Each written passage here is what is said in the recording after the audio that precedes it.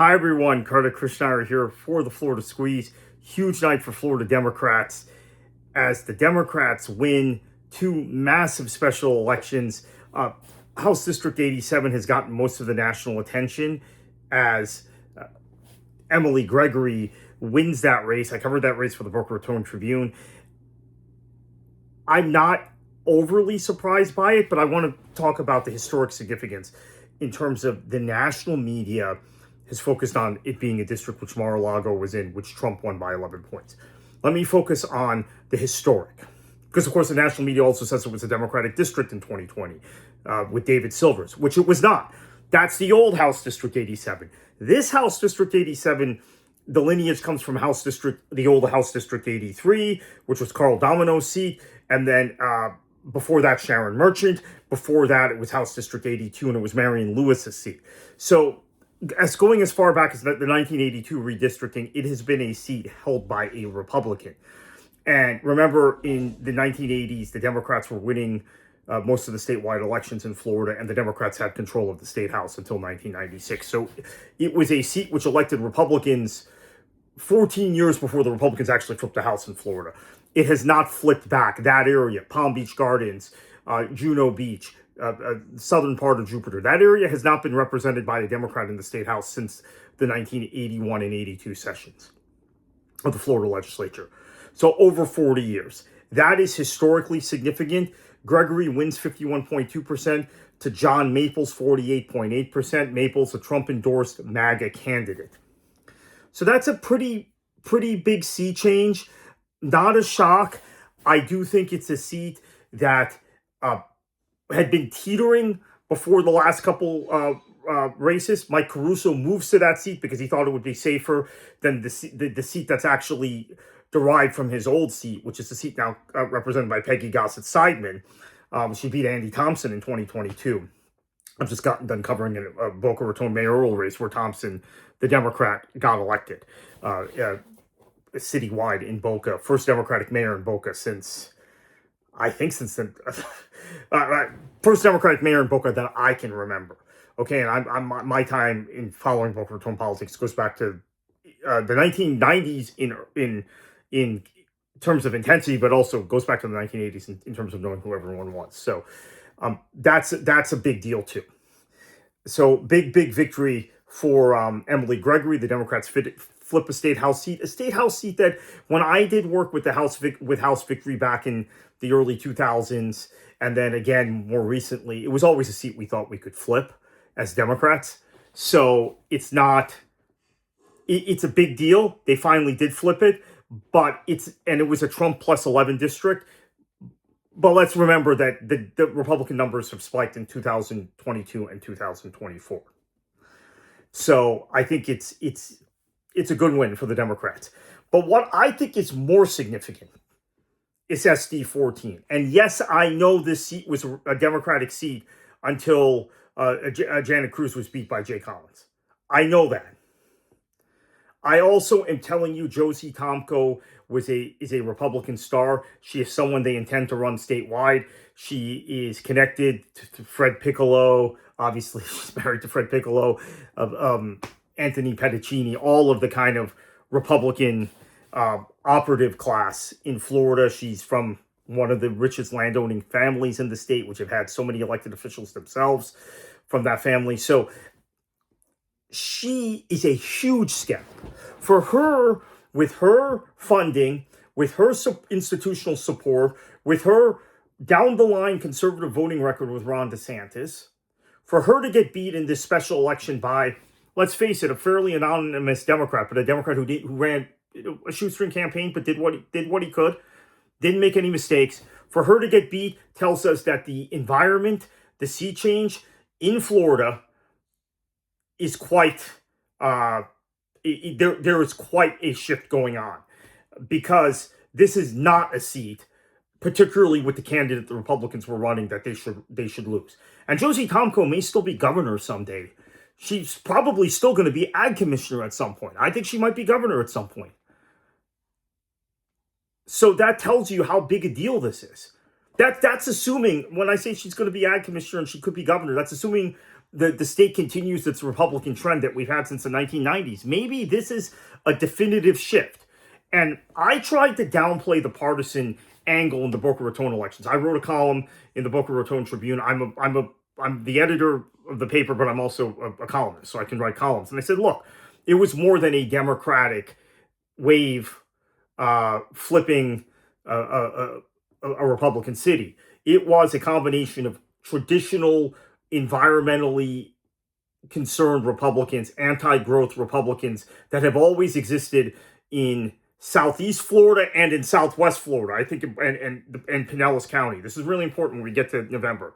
It was a combination of those Republicans aligning with Democrats to create a new majority in terms of Boca Raton city elections, and just blew away the establishment by 3-2, 2-1 margins, depending on the races. None of the races were particularly close, other than the mayoral race, which was between the institutionally backed Republican, Fran Nocklis, the heir apparent. She got 20% of the vote. So it was a split between an anti-development Republican and an anti-development Democrat. That's why there was a 5-vote difference in the mayoral race. But 80% voted for the anti-development candidates, anti-institutional candidates.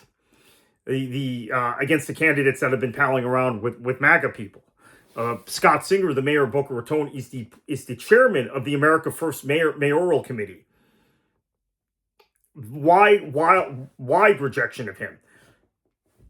So let's talk about SD 14. Let's talk about the eastern portions of that district, and we will get the map up soon. I mean, Dave Trotter did a really good live stream on Voting Trend. If you didn't check it out, precinct by precinct. I want to pull up while we're online, maybe while we're on this thing. Let me pull up some of the precinct results from Hillsborough County, because this is pretty stunning to me. If you go precinct by precinct in some of the portions of where recently Republicans have done really well. So there are a number of precincts where Donald Trump won by 10 points or more, and Ron DeSantis in 2022 won by even a higher percentage, where Brian Nathan got, I'm looking at some of these precincts here, 50.1, 50.6, 51.9. These are Republican precincts. Now, the areas that tended to be more Democratic in the district, he did really well in. And what you're seeing is that there are significant portions of Hillsborough County, which was always considered the state's bellwether county by many political experts. Now, I tended to view St. Lucie County as the bellwether. Maybe I think they're both bellwethers. But significant portions of Hillsborough County that aren't in the extreme eastern end, like Valrico and Plant City, which have always been very conservative, used to elect very conservative Democrats. I remember when I was a kid, Carl Carpenter was a Democrat from Plant City. He then got replaced by a Republican, and eventually that district produced Johnny Byrd, who was the most conservative Republican, maybe the most conservative Speaker of the House we've ever had in Florida. But then obviously when you get to Western Hillsborough County, Tampa, it was more Democratic. But when you look at places like New Tampa, you look at Town and Country, you look at Lutz, you look at Temple Terrace, these are places where there had been a swing away from the Democrats in recent years. And you look at the areas in Hillsborough County along Interstate 75, which is sort of the dividing line between Eastern and Western Hillsborough County, roughly the dividing line. We could say it's 301 maybe, but depending where you are in the county. Those areas have been becoming less and less friendly to Democrats. And now we're seeing a shift back. And I think that's really significant in terms of potential harbingers of statewide trends when we get to November. So I also look at how easily, once again, the Democrats were able to push out vote by mail, both in the Brian Nathan seat and in terms of Emily Gregory. How well the Democrats did in identifying voters and getting them to turn out, which is not something we've necessarily seen in Florida from the Democratic Party. And as much as I am not a fan of Nikki Fried in terms of her appeal as a statewide candidate, I think we're seeing elements of organization maybe, and also from the legislative committees, from the House victory and Senate victory, that we haven't seen in the past. This is again a very, very significant night in terms of winning special elections. Historically, what has happened is the Democrats, now they did win the big special election last time with Tom Keene in the Orlando area, only to give that seat back. It's very possible. This Senate seat probably, in all honesty, probably flips back in November. And winning House seats is one thing. This is another reason why the HD 87 thing, which again was a race I had to cover, I do think there is some significance to it, but I'm not as... I think there are lessons to take from it, as we talked about the historic trend in that area, and maybe there's some shift in Palm Beach Gardens and in Jupiter, areas that had been very, very friendly to Donald Trump and to Ron DeSantis in particular, even more so than Trump.